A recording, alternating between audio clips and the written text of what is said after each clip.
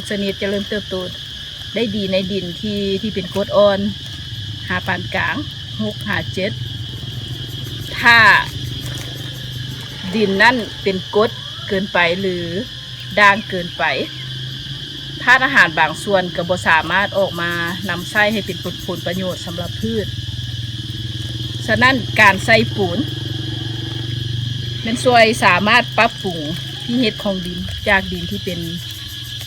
กรดให้เป็นกลางแล้วธาตุอาหารเหล่านั้นก็สามารถออกมานำใช้ให้เป็นประโยชน์สำหรับพืชและพืชอาจจะแข็งแรงขึ้นสำหรับสิ่งที่เราเห็นนี่เป็นเราสิเกียมเอาปูนขาวเนาะปูนขาวโดยปูนขาวทั่วไปที่กระเจ้าขายตามห้างขายเครื่องย่อยกสิกรรมที่กระเจ้าใช้ก็คือปูนของแคลเซียมคาร์บอเนตสำหรับปริมาณที่เราสิสั่งก็เป็น50 กรัมเราสิใช้1 ตารางเมตรเพื่อปรับปรุงดินกรด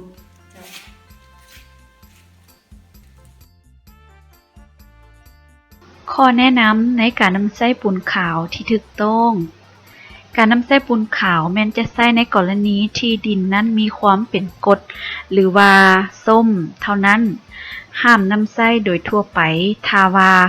ยังบ่ฮู้ค่าความเป็นกรดเป็นด่างของดินอยู่ในส่วนนั้นสำหรับชาวสวนก่อนจะฮู้ว่าดินนั้นมีความจำเป็นหรือบ่ในการนำใช้ปูนขาวเพื่อปรับปรุงค่าความเป็นกรดเป็นด่างของดินต้องได้เอาดินไปวิจัยตามห้องวิจัยดินต่างๆเช่นว่าอยู่ที่คณะเกษตรศาสตร์สถาบันค้นคว้าเกษตรกรรมและป่าไม้แห่งชาติถ้าดินมีค่าความเป็นกรดต่ำกว่า6หรือว่า pH ต่ำกว่า6จึงให้ใส่ปูนขาวเพื่อปรับปรุง pH ให้มันขึ้นมาอยู่ที่6 หา 7ถ้าดินนั้นมีความเป็นกรดเป็นด่างหรือว่าค่า pH อยู่ที่6 หา 7ถือว่าแม่นพอดีแล้วและบ่ให้ใส่ปูนขาวเพราะว่ามันจะเป็นอันตรายต่อพืชในวิดีโอนี้พวกเราจะมาสาธิตตัวอย่างการนำใส่ปูนขาวเพื่อปรับปรุงดินที่มีความเป็นกรดค่อนข้างแห้งเช่นตัวอย่างดินอยู่บริเวณคณะเกษตรศาสตร์นาบงดินเกษตรเฮาแม่นเป็นกรดเนาะพี่เฮ็ดอยู่4 จุดปลาย4.45แสดงเป็นกรดแห้งฉะนั้นการใช้ปุ๋ยจึงมีความจำเป็นสำหรับการปรับปรุงดินการที่เฮาสิใส่เพื่อปรับให้ที่เฮ็ดขึ้นมา1 หัวหน่วยเฮาจำเป็นต้องได้ใส่ปูนในปริมาณ100 กรัมต่อตารางเมตรแต่เนื่องจากว่าปูนนี่มันบ่ละลายเป็นผลประโยชน์สำหรับพืชทันทีทันใดฉะนั้นการใส่แม่นเฮาสิใส่2 เทื่อ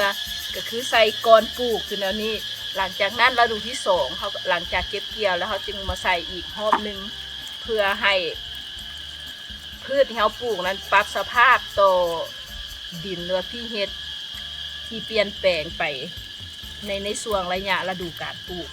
หมายถึงบ่ให้มันซอกสำหรับการใส่แม่นก่อนใส่เขาได้ก่อนสิปลูกแม่นเขาได้เกี่ยมดินแล้วก็พรวนดิน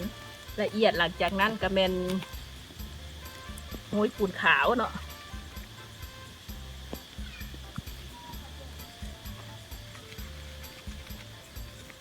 หลังจากใส่แล้วเขาก็พยายามให้มันผสมลงกับดิน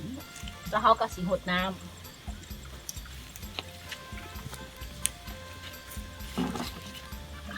การใส่แม่นทางที่ดีเขาควรสิใส่ก่อนปลูกประมาณ1 อาทิตย์เพื่อให้ปูนนี้ละลายผสมเข้ากับดินจากนั้นก็แม่นหดน้ำ20 ส่วนโดยทั่วไปเราจะใส่เวลาที่ไถดินเททำอิฐหลังจากนั้นก็ใส่ปูนแล้วก็ปั้นดินปั้นปูนให้ผสมเข้ากับดินตัวนั้นเป็นเหมาะสมที่สุด